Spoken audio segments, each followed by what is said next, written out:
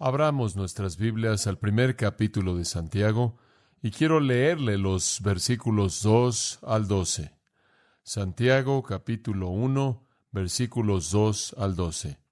Hermanos míos, tened por sumo gozo cuando os halléis en diversas pruebas, sabiendo que la prueba de vuestra fe produce paciencia.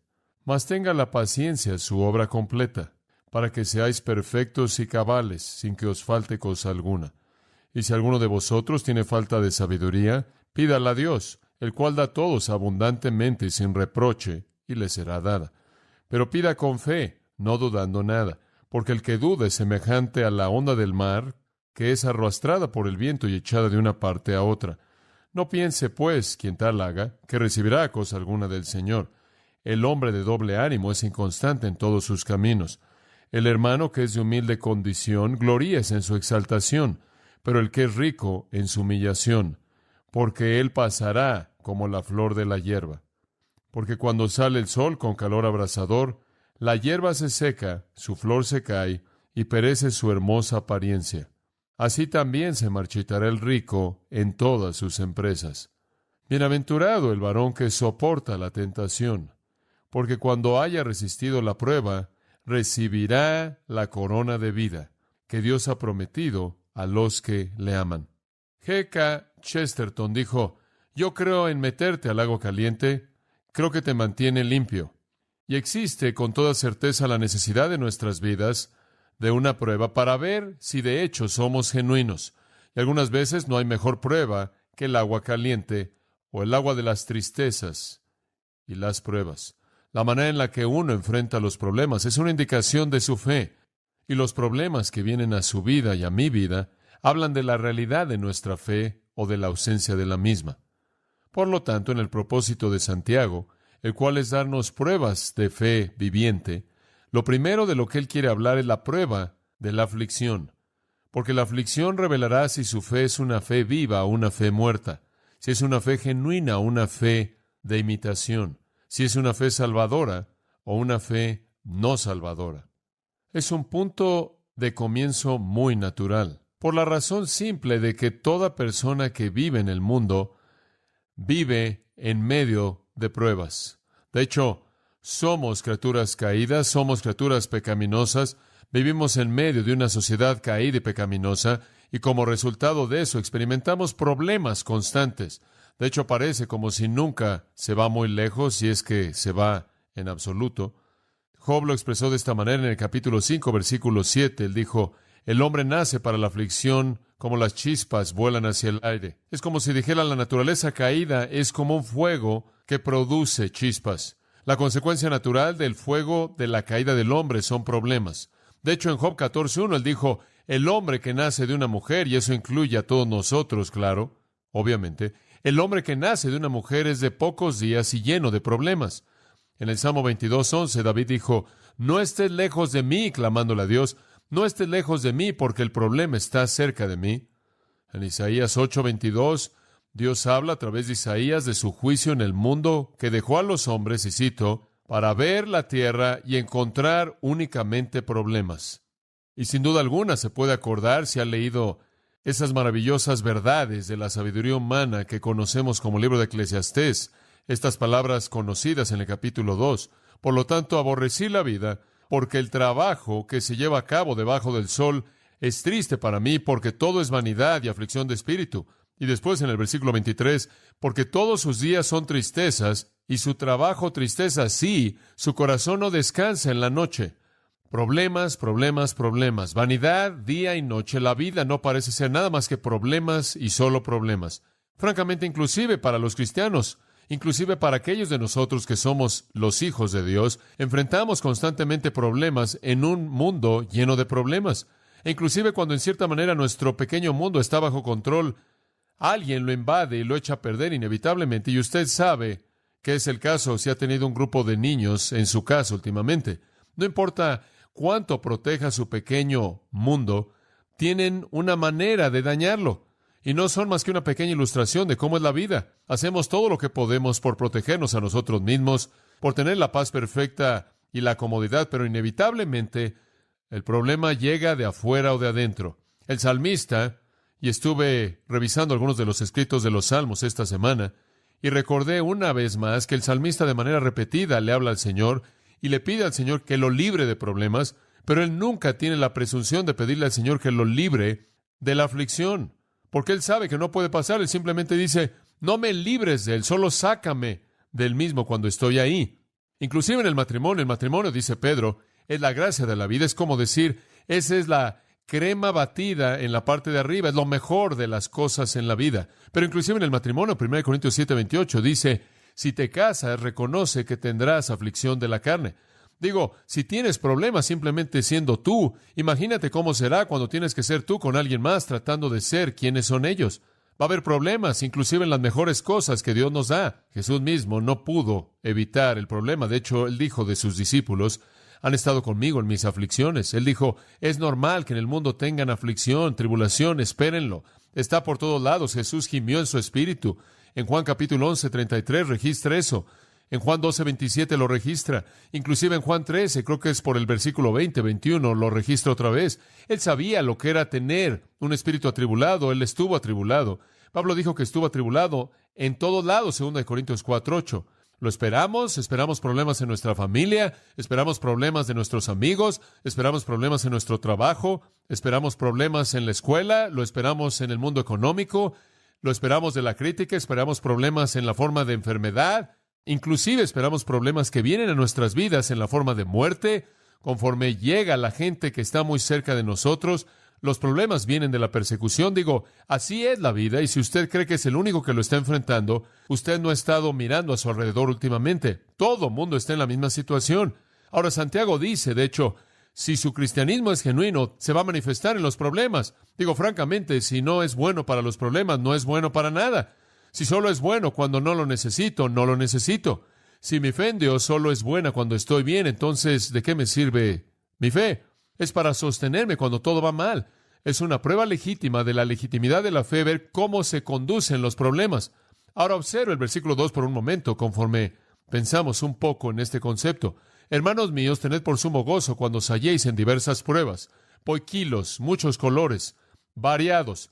Esto no es para enfatizar el número, sino la diversidad de los problemas. No es la idea de que vamos a tener muchos problemas, eso es verdad. Es la idea de que vamos a tener todo tipo de problemas, diferentes tipos. Multicolorido fue el significado original de la palabra, viniendo en todo tipo de matices y tamaños y variedades, todo tipo de problemas, viniendo de nuestra familia, viniendo de nuestros parientes, viniendo de tantas áreas de decepción, sea cual sea, todo tipo de problemas.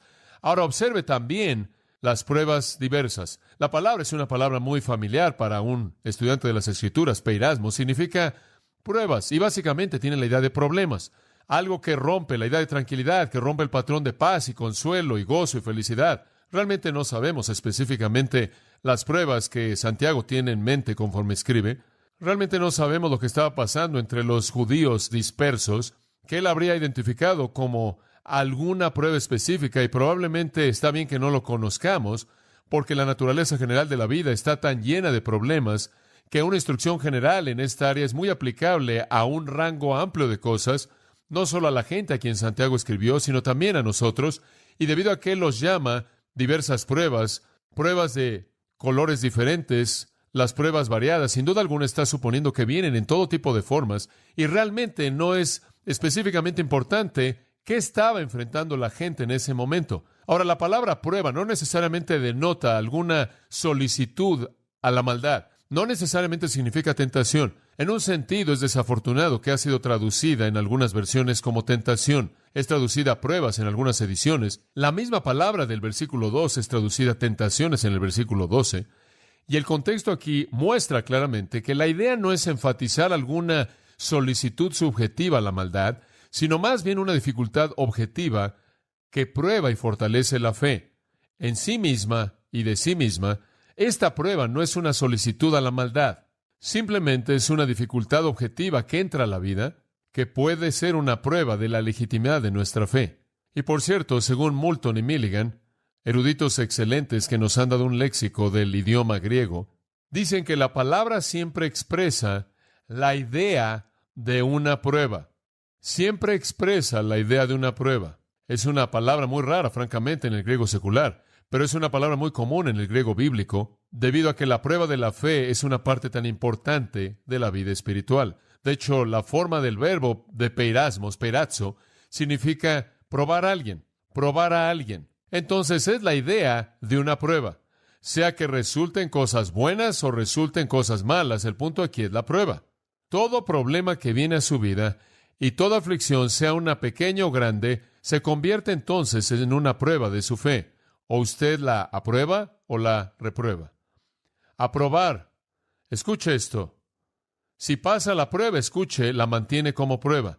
Reprobar la prueba la convierte en una tentación. Si termina como pecado, ha mostrado ser una tentación exitosa. Si termina en una victoria, ha mostrado ser una prueba exitosa.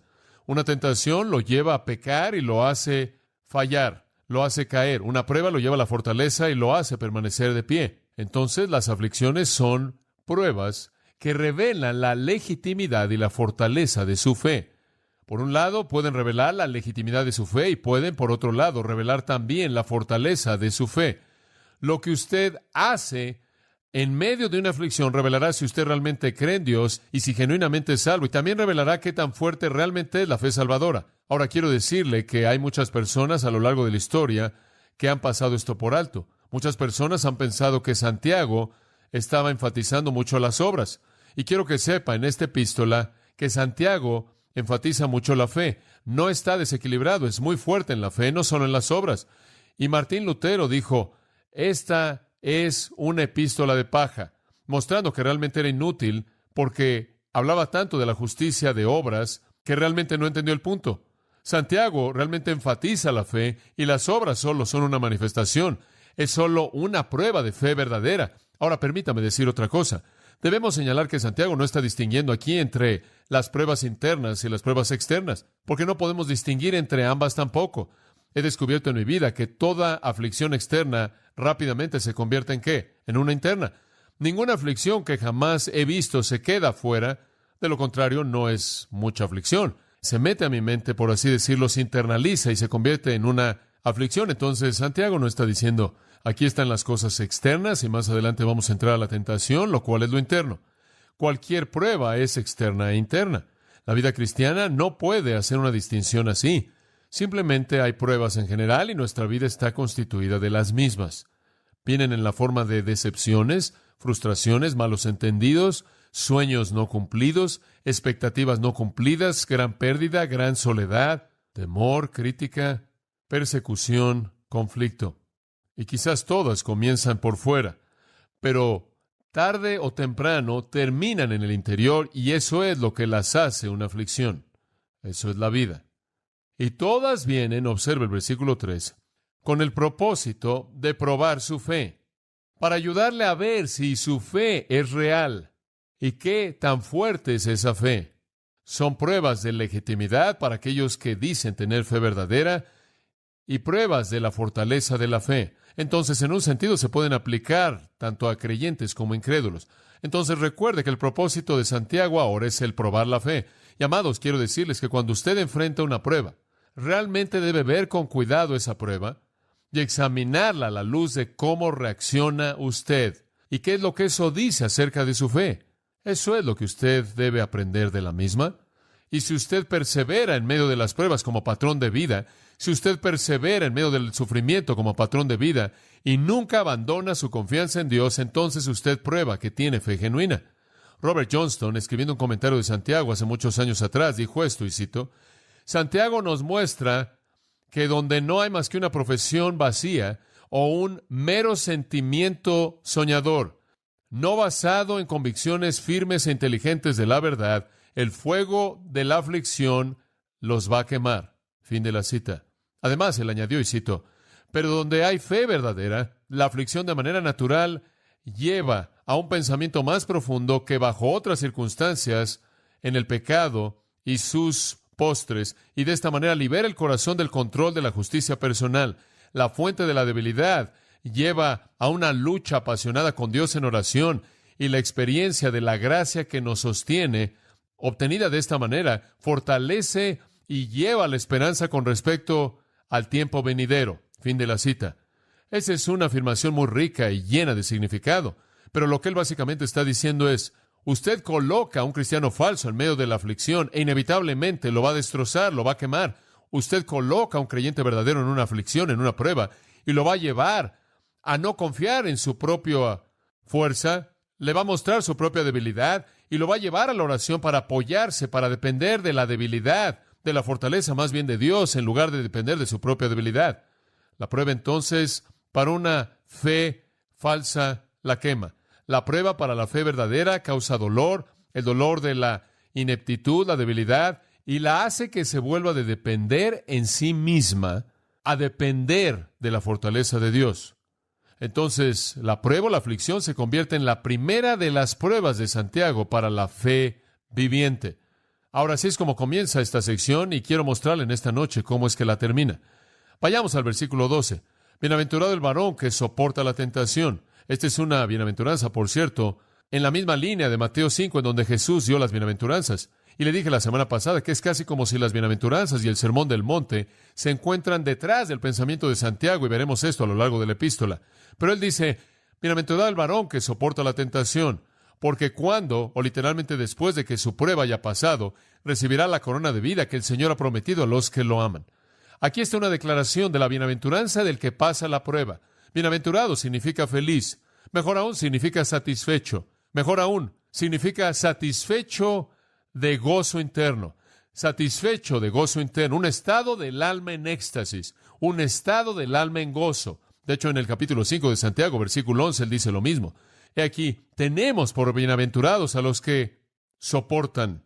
Y después él dice, deben recordar la paciencia de Job y demás. Consideramos a la gente verdaderamente feliz que soporta, que pasa las pruebas. Ahora esta no es felicidad debido a la libertad de la prueba. Esto es felicidad debido a la victoria sobre las pruebas. Gran diferencia, gran diferencia. No es la felicidad vacía, carnal de alguien que nunca tuvo conflicto. Es la emoción de uno que peleó y ganó, que peleó y ganó. No es la felicidad del espectador, es la felicidad del participante. Feliz, satisfecho, con un estado interno de gozo, es el hombre que soporta la prueba. Y de nuevo, no es cuestión de solicitar al pecado. Si fuera ese el asunto en el versículo 12, si soportar la tentación a pecar fuera el punto, no habría dicho feliz es el hombre que lo soporta, habría tenido que decir feliz es el hombre que lo resiste. Pero dice, bienaventurado, satisfecho es el hombre que lo soporta. Y hay tres palabras claves en el versículo 12. La palabra soportar, la palabra tentación o prueba y la palabra probado. Y las mismas tres palabras aparecen en los versículos 2 y 3. Tened por sumo gozo cuando os halléis en diversas pruebas, sabiendo que la prueba de vuestra fe produce paciencia. Y después en el versículo 4, mas tenga la paciencia su obra perfecta. Tened por sumo gozo, la prueba de vuestra fe produce paciencia.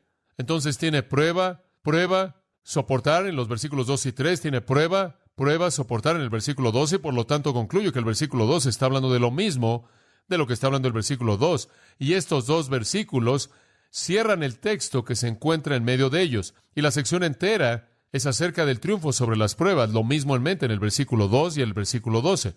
Observen el versículo 12, dice, bienaventurado el hombre que soporta, así como en el versículo 3, la prueba de vuestra fe produce paciencia, la misma idea, misma palabra. Ahora, para soportar en el versículo 12 significa soportar de manera paciente, triunfal. No significa, soporté, apreté mis dientes, contuve mi respiración y la soporto. No es eso. No es soportar de manera pasiva, no es una supervivencia pasiva, es ser el ganador. Es hupomeno, presente activo indicativo. De manera paciente y triunfal ser el ganador. Ahora el punto es simple.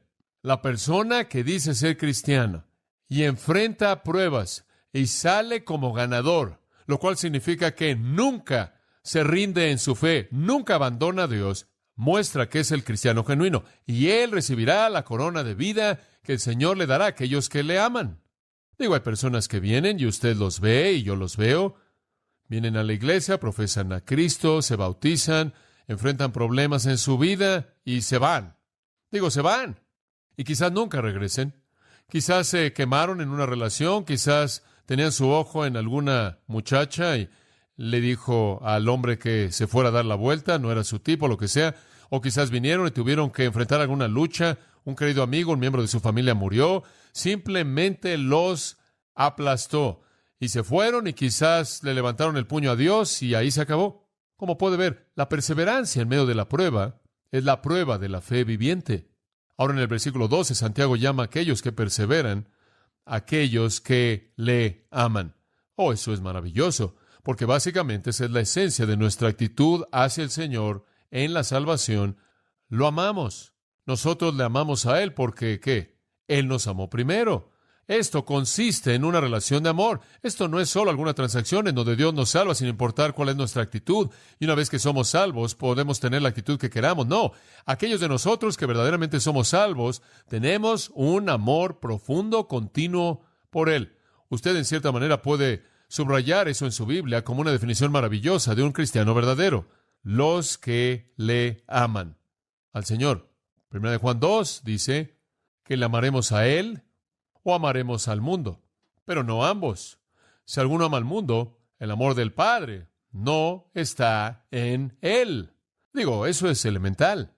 Y además él dice, en 1 Juan 2:19, salieron de nosotros porque no eran de nosotros. Si hubieran sido de nosotros, habrían permanecido con nosotros, pero salieron de nosotros para que se manifestase que nunca fueron de nosotros. Y lo que Juan está diciendo ahí, cuando la prueba vino para mostrar si amaban a Dios o si amaban al mundo, amaron al mundo y se dividieron, y estuvo bien porque de hecho nunca pertenecieron. Es en la prueba que el verdadero amor se manifiesta. En 1 de Pedro, si es tan amable de ver el capítulo 1 por un momento, Pedro habla de lo mismo. En el versículo 6 habla de muchas pruebas, las pruebas diversas de las que Santiago habla.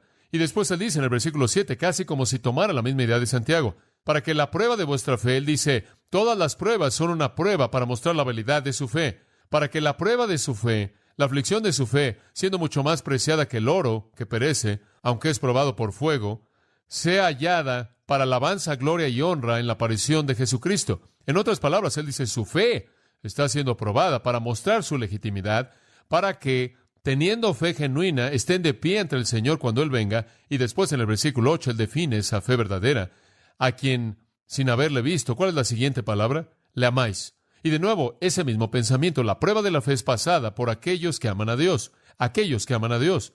Oímos el eco del salmista en eso.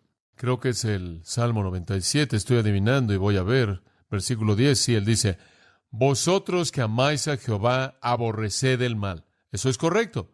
Y de nuevo, el pueblo de Dios se designa como aquellos que aman al Señor. Todas las cosas son para bien para aquellos que, ¿qué? Que aman a Dios. Esa es una definición de un cristiano. Escuche, un cristiano no es alguien quien simplemente en un punto en el tiempo creyó en la verdad. Un cristiano es alguien que tiene un amor continuo por Dios. Y ese amor permanece estable, inclusive en la aflicción. Digo, ¿qué diríamos acerca de un amor a nivel humano que solo fuera bueno si no hay problemas? Olvídalo, eso no sirve de nada. El punto es simple entonces. Aquellos que le aman son aquellos que se aferran a Él en base al amor, sin importar cuál sea la prueba y la aflicción, y de esta manera prueban que su fe es genuina. ¿Qué significa amarlo? Bueno, esencialmente Jesús lo dijo una y otra vez. Si me amáis, ¿qué? Guardad mis mandamientos. Juan 14:15, Juan 15:9 y 10, Primera de Juan 2, versículos 5 y 6, Primera de Juan 4:16, Primera de Juan 5:1 y 2 y 3, todos dicen lo mismo. Si me amáis, guardad mis mandamientos. El que guarda mis mandamientos es el que me ama. Entonces, la legitimidad de la fe es edificada sobre el amor. Pero el amor, para ser demostrado como genuino, debe ser probado. Invariablemente, si es amor verdadero, pasa la prueba y mantiene obediencia. Pasa la prueba y mantiene obediencia. Ahora regresemos al versículo 12 y veamos un poco más ese versículo. Como creyentes que expresamos, profesamos nuestra fe, vamos a ser probados. Si pasamos la prueba, aferrándonos al Señor, aunque puedan haber momentos de lucha y tiempos de duda, nuestra fe no es destruida, no es eliminada, nos aferramos a Él porque lo amamos. Si ese es el caso, entonces seremos bendecidos. Ahora, para resumir esta idea, permítame decirle que el propósito de la prueba es entonces doble. Número 1, su propósito es para exhibir la calidad de la fe. La prueba, como he estado diciendo, está diseñada para revelar qué tipo de fe tiene usted. Regrese al versículo 12. La frase, porque cuando es probado, literalmente, cuando Él es aprobado después de la prueba. Esa es la idea. Amados, ¿pueden percibir eso en su vida? Miren, cuando las pruebas y aflicciones y problemas vienen, cuando hay una muerte, cuando hay soledad, una pérdida o problemas, sea cual sea el problema, ¿puede ver que en medio de eso Dios está probando la validez de su fe? Él está haciéndolo a usted aprobado. Él está colocándolo en medio del fuego, por así decirlo, para que pueda salir con la escoria habiendo sido quemada y la fe verdadera brillando. Aquellos que se aferran a su confianza en Dios en medio de las pruebas, aquellos cuya fe no decae, aunque la prueba pueda persistir, muestran que tienen fe viva. Fe viva. Ahora quiero desviarme por un momento porque este es un lugar perfecto para hablar de una verdad bíblica muy importante, un pensamiento teológico muy importante. ¿Ha oído la frase la perseverancia de los santos? Esa es una frase maravillosa, es una común en la teología. Permítame hablar de eso por un momento. ¿Qué significa cuando oímos la perseverancia de los santos? Diríamos que es parte de nuestro credo teológico que creemos en la perseverancia de los santos. En otras palabras, creemos que los santos nunca abandonarán su fe. Siempre perseverarán creyendo en Dios en medio de toda aflicción. Esa es la perseverancia de los santos. En otras palabras, no van a creer por un tiempo y van a dejar la fe, perseverarán. No habrá ninguna prueba que enfrenten que los haga rendir su fe. ¿Por qué? Porque no hay tentación ni prueba que hayas enfrentado, sino que porque no os ha sobrevenido ninguna tentación o prueba que no sea humana, sino que fiel es Dios, que no te dejará ser tentado más de lo que pueda resistir, sino que siempre dará la ¿qué? Salida para que podáis soportar. Siempre existe la posibilidad de la perseverancia de los santos verdaderos. Y los santos verdaderos siempre perseverarán. Ese es un pensamiento muy, muy importante. Permítame decirle por qué es importante. Durante años crecí oyendo una frase llamada seguridad eterna. ¿La ha oído? Creemos en la seguridad eterna. Esa es una frase buena. De hecho, solía oírlo de esta manera. Una vez salvo, usted lo sabe. Siempre salvo, es correcto.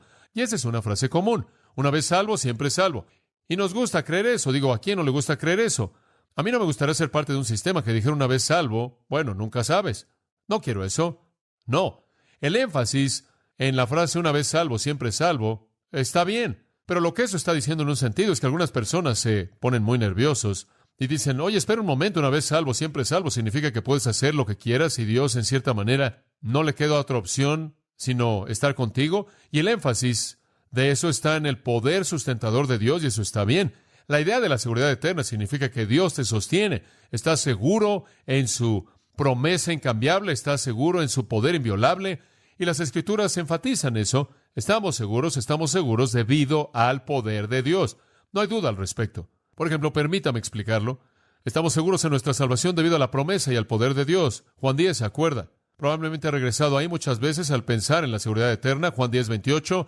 Yo les doy vida eterna y no perecerán jamás, y nadie los arrebatará de mi mano. ¿Por qué? Mi Padre, quien me las dio, es mayor que todos, y ninguno puede sacarlos de la mano de mi Padre, ¿verdad? Entonces estamos eternamente seguros debido a la promesa y al poder de Dios. El que comenzó en vosotros la buena obra la perfeccionará hasta el día de Jesucristo. En otras palabras, es la promesa y el poder de Dios.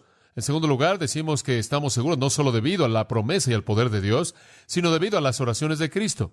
Él intercede constantemente a favor nuestro, ¿verdad? De tal manera que sin importar lo que hagamos, Él intercede a nuestro favor y le dice al Padre que Él ya pagó por ese pecado y por lo tanto está perdonado.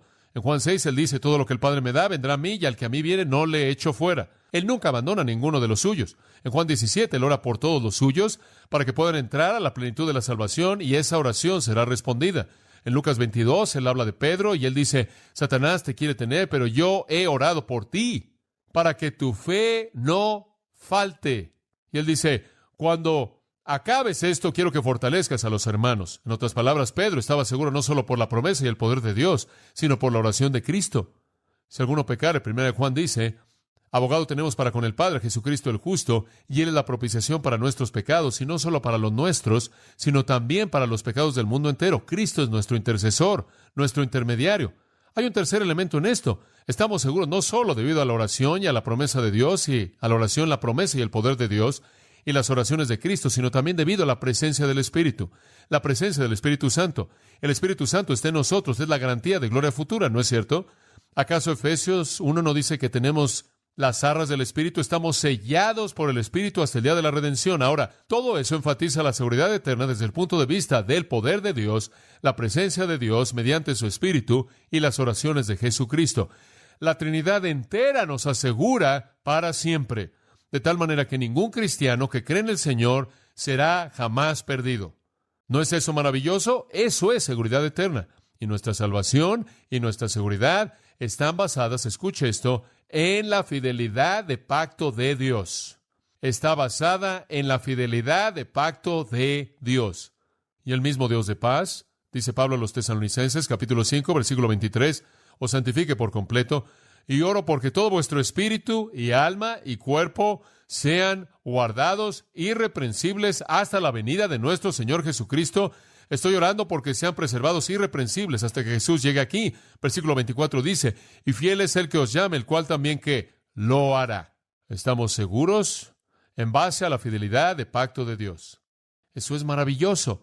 Dios preserva a su pueblo de la apostasía, Él preserva a su pueblo de desviarse, y Él los lleva a todos al cielo. Eso es claramente la enseñanza de las Escrituras. Escuche lo que las Escrituras dicen. Salmo 31. Tened buen ánimo, y Él fortalecerá vuestro corazón, todos los que esperan en Jehová. Salmo 37. Los pasos de un buen hombre son ordenados por Jehová. Salmo 37 de nuevo, versículo 28.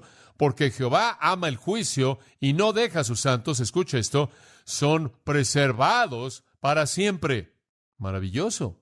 Salmo 41:2 dice, Jehová lo preservará y lo mantendrá vivo, y él será bendecido en la tierra. Salmo 97:10, vosotros que amáis a Jehová, odiad el mal. Él preserva las almas de sus santos. Él los libra de la mano del impío. Salmo 116:6, Jehová preserva al simple.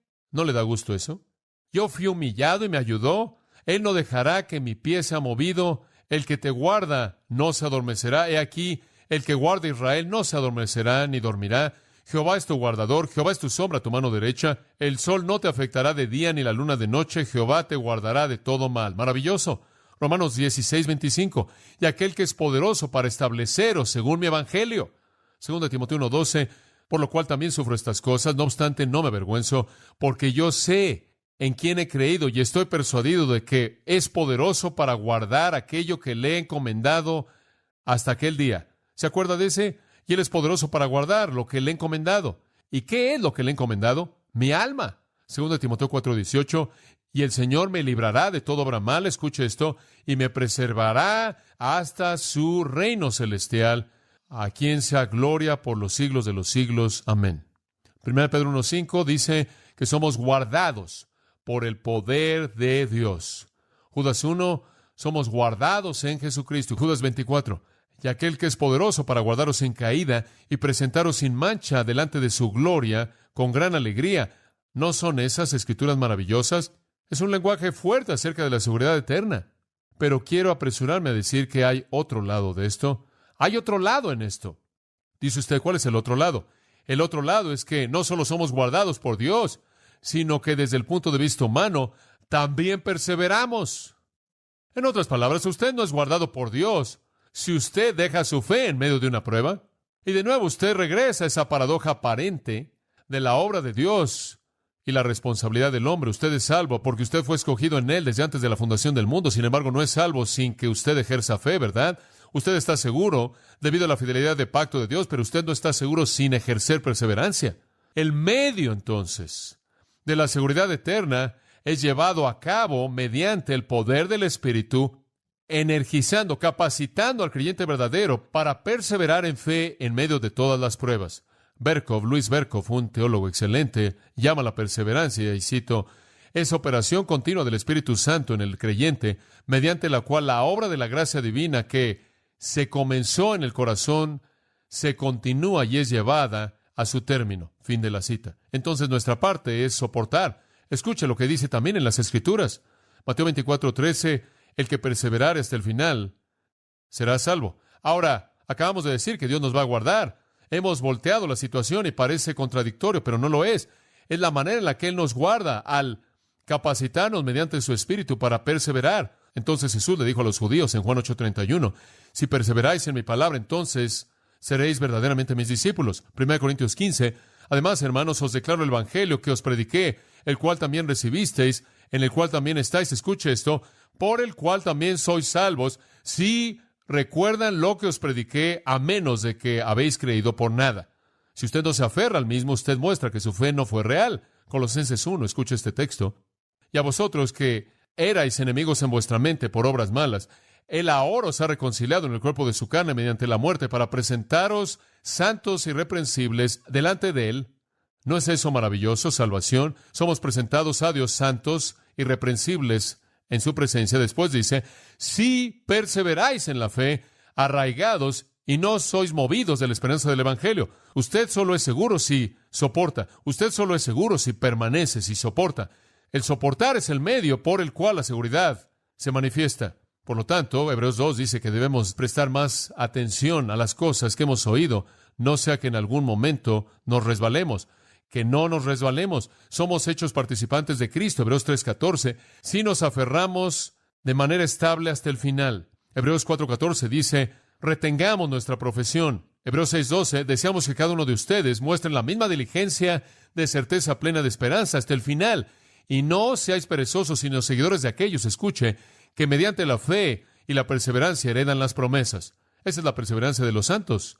Perseveramos, soportamos. Hebreos 10:39 dice, no somos de aquellos que se regresan para perdición, sino de aquellos que creen para la salvación del alma. Pedro inclusive dijo en 2 de Pedro 1:10, si hacéis estas cosas, nunca caeréis. Entonces el punto es que nadie está seguro que no soporta. Dice usted, bueno, ¿qué sucede cuando alguien no soporta? Muy simple, 1 de Juan 2:19, salieron de nosotros porque nunca fueron, ¿qué? De nosotros. Reprobaron la prueba de la fe genuina. Ninguna prueba, entonces, amados, se entienda. Ninguna prueba es tan grande que podría separarlo de su Señor si su fe es genuina. Solo es una prueba para manifestar la legitimidad de esa fe. Entonces, la seguridad eterna no es suficiente por sí misma.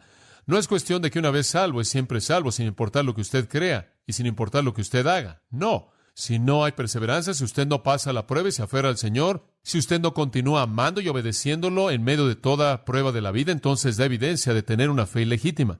¿Cuántas personas que usted conoce que vinieron a la iglesia por un tiempo tuvieron algo de problemas en su vida y se fueron? Que hicieron una profesión de fe en Cristo, pero ya no perseveraron, no pueden ser identificados como aquellos que lo aman. Su vida no se caracteriza por la obediencia. Me encanta lo que dice en la Confesión de Fe de Westminster. Y cito, aquellos a quienes Dios ha aceptado en su amado, llamados eficazmente y santificados por su Espíritu, no pueden ni total ni finalmente caer del estado de la gracia, sino que ciertamente perseverarán hasta el final y serán eternamente salvos. Esta perseverancia de los santos no depende de su propia libre voluntad, sino de la inmutabilidad del decreto de la elección, fluyendo del amor de Dios Padre libre e incambiable, de la eficacia del mérito e intercesión de Jesucristo, y la permanencia del Espíritu y de la simiente de Dios dentro de ellos, y la naturaleza del pacto de gracia, del cual también surge la certeza e infalibilidad del mismo. No obstante, pueden, mediante las tentaciones de Satanás y del mundo, la prevalencia de la corrupción que permanece en ellos y el descuido de los medios de su preservación, caer en pecados tristes y por un tiempo continuar en ellos, por los cuales incurren en el desagrado de Dios y entristecen a su Espíritu Santo y llegan a ser privados de alguna medida de sus gracias y comodidades. Sus corazones se endurecen, su conciencia es herida, escandalizan y lastiman a otros y traen juicios temporales en sí mismos. Fin de la cita. Ahora, lo que la Confesión de Westminster está diciendo es que un cristiano puede meterse en muchos problemas, pero nunca en últimas dejar su fe, porque él perseverará. Las pruebas entonces prueban la fe genuina. Mediten los siguientes himnos. Más seguro nunca está nadie que los amados del Salvador, ni la estrella que está en la altura, ni el ave que está escondido en su nido. Dios los atiende y los sustenta, en sus cortes santas florecen. Como un padre amable los libra, en sus brazos amorosos Él los lleva. Ni la vida ni la muerte jamás del Señor puede apartar a sus hijos, porque su amor y compasión profunda los conforta en la tribulación. Pequeño rebaño, al gozo entonces cede. El Dios de Jacob siempre te protegerá. Descansa seguro con tu defensor. Ante su voluntad se rendirán todos los enemigos. Lo que Él toma o lo que Él nos da nos muestra el amor del Padre que es tan preciado. podemos confiar su propósito de manera total, porque es el bienestar de sus hijos. Fin de la cita. Sí, somos guardados, y somos guardados para perseverar. Alguien ha escrito, Jesús vive, yo también. Muerte, tu aguijón se ha acabado para siempre. Él murió por mí para romper las cuerdas de la muerte. Él me resucitará del polvo. Jesús, mi esperanza y confianza. Jesús vive y reina de manera suprema. Y su reino todavía permanecerá, y yo también con Él estaré siempre viviendo, siempre reinando. Dios ha prometido que así sea. Jesús, mi esperanza y confianza. Jesús vive y por su gracia la victoria sobre mis pasiones me da. Limpiaré mi corazón y camino siempre viviendo para su gloria. A mí me resucita del polvo. Jesús, mi esperanza y confianza. Jesús vive y bien lo sé. Nada puede separar mi corazón de Él, ni la vida, ni la muerte, ni poderes, ni infierno, ni gozo, ni tristeza, por todos los siglos. Ninguno de sus santos es perdido. Jesús es mi esperanza y confianza. Jesús vive y su muerte no es más que mi entrada a la gloria. Esto es valentía entonces para mi alma, porque tú tienes una corona de vida delante de mí. Tú hallarás que tus esperanzas fueron justas. Jesús es la confianza del cristiano. Fin de la cita. Cuando las pruebas vienen a su vida o la mía, muestran la legitimidad de nuestra fe al darnos la oportunidad de perseverar. Y habiendo perseverado, podemos mirar atrás y decir, sí, yo sé que pertenezco al Señor. Hay un segundo propósito que quiero mencionarle brevemente. Estas pruebas no solo son para mostrar la calidad de la fe, sino para fortalecer esa fe, Y veremos ese propósito más adelante, no en este momento, pero simplemente manténgalo en su mente. También fortalece nuestra fe y sirven de esta manera un propósito muy bueno. Pero para aquellos que no decaen debajo de la prueba, note, de regreso al versículo 12, para aquellos que no se colapsan, él dice, después de que son aprobados, recibirán la corona de vida. Para aquellos de ustedes, estudiantes de griego, esto es lo que me gusta llamar un genitivo de aposición, y literalmente sería traducida de esta manera: para recibir una corona, la cual es vida. La corona equivale a la vida. El punto aquí es este: la corona es la vida eterna. La promesa de la vida eterna es lo que Dios les ha prometido a aquellos que le aman. La vida eterna, escuche esto, es nuestra recompensa definitiva. Dice usted, pensé que ya tenía eso. Bueno, sí lo tiene en promesa. Algún día lo va a tener en su plenitud. Todavía estamos esperando la salvación total. Todavía estamos esperando el entrar en nuestra recompensa futura. Esa es la razón por la que es un tiempo futuro. Él recibirá la corona. ¿Qué es la corona? Es la vida eterna. En la venida del Señor, Él nos concederá la plenitud de la vida eterna. Esto nos recuerda 2 de Timoteo 4:8.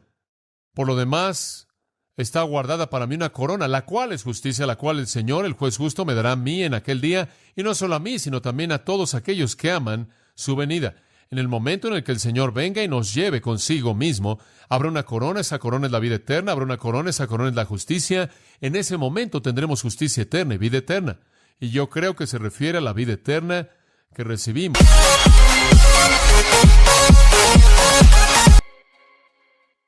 en la venida de Jesucristo. De hecho, todas las recompensas que el Señor nos concede se encuentran encerradas en nuestra vida eterna. En últimas, 1 Timoteo 6:12, pelea la buena batalla de la fe, echa mano de la vida eterna, la plenitud de la promesa de la vida eterna. De hecho, en 1 Pedro 5:4, cuando el príncipe de los pastores aparezca, recibiréis una corona, la cual es gloria. Entonces es vida eterna, es justicia, es gloria. Esas no son coronas que le pertenecen a diferentes cristianos. Esas son coronas que le pertenecen a todos los cristianos. Todos los cristianos recibirán vida eterna, justicia eterna y gloria eterna. Por cierto, Apocalipsis 2:10 también menciona la corona de vida de nuevo. Y ahí se le promete a aquellos que fueron fieles hasta la muerte, que atravesaron por pruebas. Es el mismo contexto. Él le está escribiendo a la iglesia de Esmirna. Van a tener tribulación por un corto periodo de tiempo. Si muestran que son fieles en medio de eso, inclusive si significa la muerte, entonces yo te voy a recompensar con vida eterna. Ahora, permítame decir esto. La vida eterna no es ganada mediante perseverancia. no es ganada mediante perseverancia, pero la perseverancia es la prueba de la fe verdadera y el amor verdadero, el cual es recompensado mediante la vida eterna. ¿Entiende esa distinción? No es ganada mediante perseverancia, es la recompensa de perseverar, lo cual muestra la legitimidad de la fe salvadora.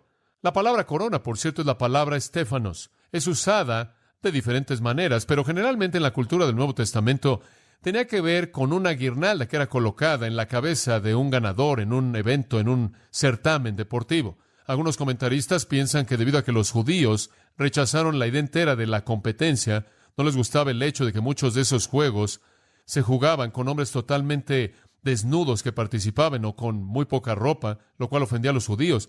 Y entonces tenían un desagrado más.